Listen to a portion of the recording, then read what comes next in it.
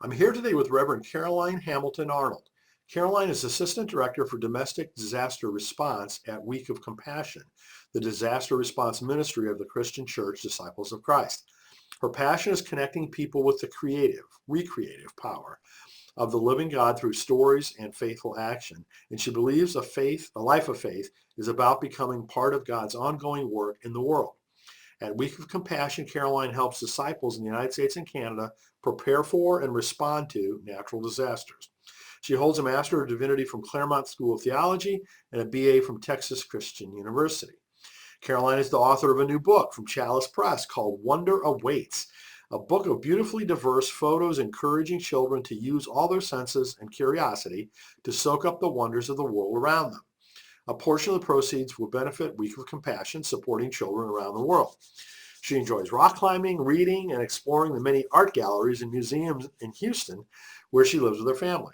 You can learn more about the new book at chalicepress.com. So Caroline, thank you so much for joining us, and congratulations on your new book. Thanks, Brian. Good to be here. Yes. So before we get into the book, please tell us a little bit more about your background than what I just kind of touched on briefly. Yeah, you hit the highlights. I grew up in the Christian Church Disciples of Christ, involved in church camp, and the child of nature lovers, including a preschool teacher mom. And so a lot of this book is really rooted in that foundation that I grew up with. And while I was really nurtured within this tradition that values questions and invites questions and curiosity as part of faith, as I have moved into my adult life, I have encountered so many of my friends and counterparts who didn't have that background and have gone through these really deep and painful, often, processes of deconstruction and figuring out what it means to be a progressive Christian and a Christian in a diverse and compassionate world. And so my ministry has been a little bit in the local church, serving congregations in California and then in Connecticut. And so hearing those stories from my congregants and the families that I was pastoring, and then through Week of Compassion, encountering sort of the ways that crisis, especially natural disasters, can force people to confront the ways their faith is maybe failing them or lacking in a vocabulary to especially invite our children into faith in a very complex and difficult world. And so that's sort of where the book came out of. It was lots of streams of influence from my life. I'm the mom of a soon-to-be 3-year-old who was deeply responsible for this book. So, I mean, writing a book is a big deal. It's a lot of effort. I mean, what motivated you to do all of that? The pandemic. This book is sort of a child of the fact that I couldn't leave my house for a long time. Our son was 10 months old when we first went into lockdown in March of 2020. And so while I had these dreams of exposing him to the world and introducing him to this fabulous city that we live in, that has so many interesting influences, and to take him all over to see the beauty of the natural world, all of a sudden we were in our backyard and our little neighborhood. And it was at first very difficult for me. And then I started paying attention to my child, as my mom had always drilled into me, follow the lead of the child. And he was enthralled by our backyard. He was so excited about snails crawling up the side of our house, and about the, pile of scrap wood that I just hadn't dealt with in the back corner of the yard. And he started noticing things. And so I started noticing things all around him, and this experience of wonder and curiosity that he was reteaching me and reminding me that God created all the world and that we can experience that in our everyday lives. Our mundane experiences are also infused with the presence of God because God created all of this. And so it actually, the first draft of the book was actually in crayon on a piece of cardboard as we were in the living room. Wow. And I was going back and forth between entertaining him and trying to get some work done. Drafted the first ideas. And then I was part of a online writing group hosted by Holy Family, which is a church here in Houston, Episcopal Progressive Congregation here in Houston. And they helped me kind of flesh it out and make it into the first version, which was actually a Shutterfly gift from my parents. And then encouraged me to seek publication, and we expanded it into what it is now. Wow. Wow. Isn't it crazy how things come about, in pretty unexpected ways? I mean, following your son around, right? That's really what spurred the whole thing. Yeah, it was following my son around and having conversations with my fellow new parents about how to be parents in the midst of a pandemic, when we're hearing all of this awful news about death and sickness, and seeing the conflicts that it was bringing up in communities and in families, and then seeing this newest racial reckoning in our country and seeing those kinds of divisions and conflicts, often with people taking the name of Christ on both sides of the arguments, and really struggling with how do we raise compassionate children, and how do we raise children who have a foundation of faith that invites them to explore and question and not be so tightly held by a certain set of dogma or a certain morality that may or may not work for them and may or may not work for the world they grow up in. And we just kept coming back to this sense of wonder and curiosity and appreciation for God's creative power. And so condensing that down to a book for 2-year-olds was Wonder Awaits. Well, one of my grandchildren is about the same age, as your son. And I know, it's just like, oh my goodness, these children of that age, for a while, all I knew was the world in a pandemic state, which is pretty considerably different than a world that we would normally have lived in, particularly from a social interaction perspective, at that age. So, thank goodness we're coming out of it now. But I think it's really a shame that, they had to go through that. Yeah. Yeah. So did you always think you'd become an author? I mean, it was always in the back of your mind? Not really, huh? No, I mean, I think 4-year-old me would have said yes. And then there's a big, long chunk of my life where I said, no, I'll write for my own edification. I'll write, silly poems for my dad for his birthday. And I have always loved writing liturgy and writing worship pieces in all of the congregations that I've served. That's been part of my ministry, but I didn't anticipate publishing. Brad Lyons at Chalice Press was one of the ones who kept nudging me throughout the years. We've known each other for 12 years or so now. He's got a good nose for such things. I don't know that he anticipated it'd be a children's book. I sort of jokingly pitched this to him the first time, saying, hey, you're finally getting your wish. But well, maybe he'll convince you to do an adult book one of these days.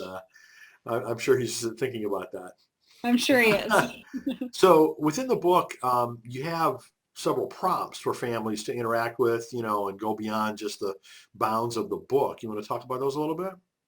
Yeah, it's one of my favorite parts of the book, partly because my spouse is very accommodating. And when I said, could you draw these pages for me, he was very kind and did it. Uh, I really want this book to be more than just something that sits on the shelf and gets pulled out for story time every once in a while. I really wanted it to be an invitation to a way of um, cultivating faith in the home. And so really the practices are inspired by the ways that we try to do it imperfectly in our home, and largely by Montessori models and the model of godly play by Jerome Berryman. Yes, yes. And that it's largely about observation and gratitude and being aware of the ways that God is moving around us, and that children are doing that noticing all the time anyway. And how do we take their noticings and say, yeah, let's celebrate what God has done there. Oh, I wonder what other people have thought about this. What might we, discover about our neighbors if we keep asking those questions and if we keep paying attention to what's around us. And as children get older, if we've hopefully set a good foundation for those kinds of questions, their faith questions become something that is celebrated and not something that they feel they can't share. That we have cultivated a space where the wonderings are part of faith. They're not separate from our faith tradition. Cool. Well, I think, what the theme you're on has a lot of scientific, psychological basis. So I've heard, the same concepts before in other venues. So congratulations for doing something that I think is pretty scientifically sound. Thank you. I claim no expertise in it, but grew up, as I said, with a parent who was always in tune with kind of child development and the psychological way that children exist in the world and what we can learn from it and how we can nurture it.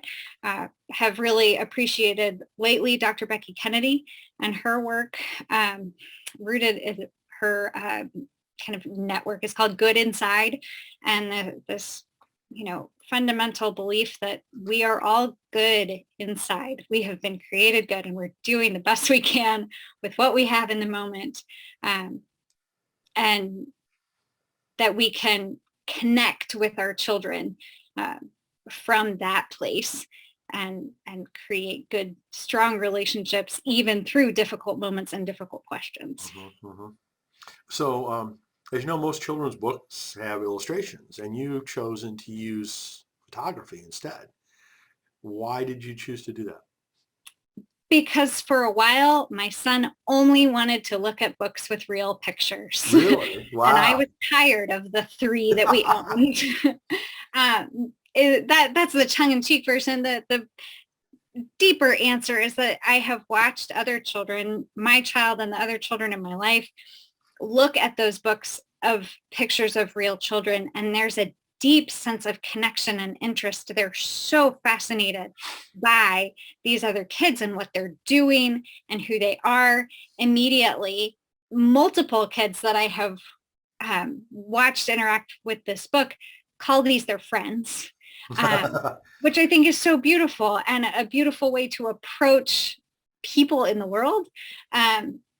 I also wanted it to be a celebration of the diversity of humanity, and that we are all created in the image of God in all of our diversities. And that, especially as my kid was only seeing the 3 people in his immediate circle, that he was getting exposure to the breadth of who we are as a human family. And it opens some possibilities for conversation to celebrate that diversity as God-given and beautiful, that, my son goes through and points out who has straight hair and who has curly hair and who has eyes that look like his and who has different color eyes, and that we can celebrate that kind of noticing as we go through these real pictures, to say, yeah, isn't that great that God made us in all these different ways? So was the photography yours, or was it stock photography or something else? Yeah, none of it is stock. It's all real kids. It's all real kids in their real lives. There is one photograph from a photo shoot that the family did, but everything else was snapshots from families that are connected to me, my Wow. family, cousins, friends, colleagues, people I knew who were sort of like mind that kids might need a book like this, and had kids in the right age range, and invited them to be part of it. And they were all so gracious to let us glimpse these bits of their lives. And I love the fact that they're not perfect photographs. My husband took a number of these, and he was going through and he's like, oh, I wish I would have edited that photo a little bit better. But I love how authentic they all feel, and that it truly does feel like we are entering into the way these kids live and where they live and where they are truly experiencing wonder. Very cool. Very cool. So I mentioned at the beginning that, portion of the proceeds of the book are going to go to Week of Compassion. Can you tell us more about how they'll be used? Yeah, Week of Compassion, as you said at the beginning, is the Relief, Refugee, and Development Mission Fund for the Christian Church Disciples of Christ. So we are a ministry of the church that connects resources to places of crisis and need, working through partners to alleviate suffering.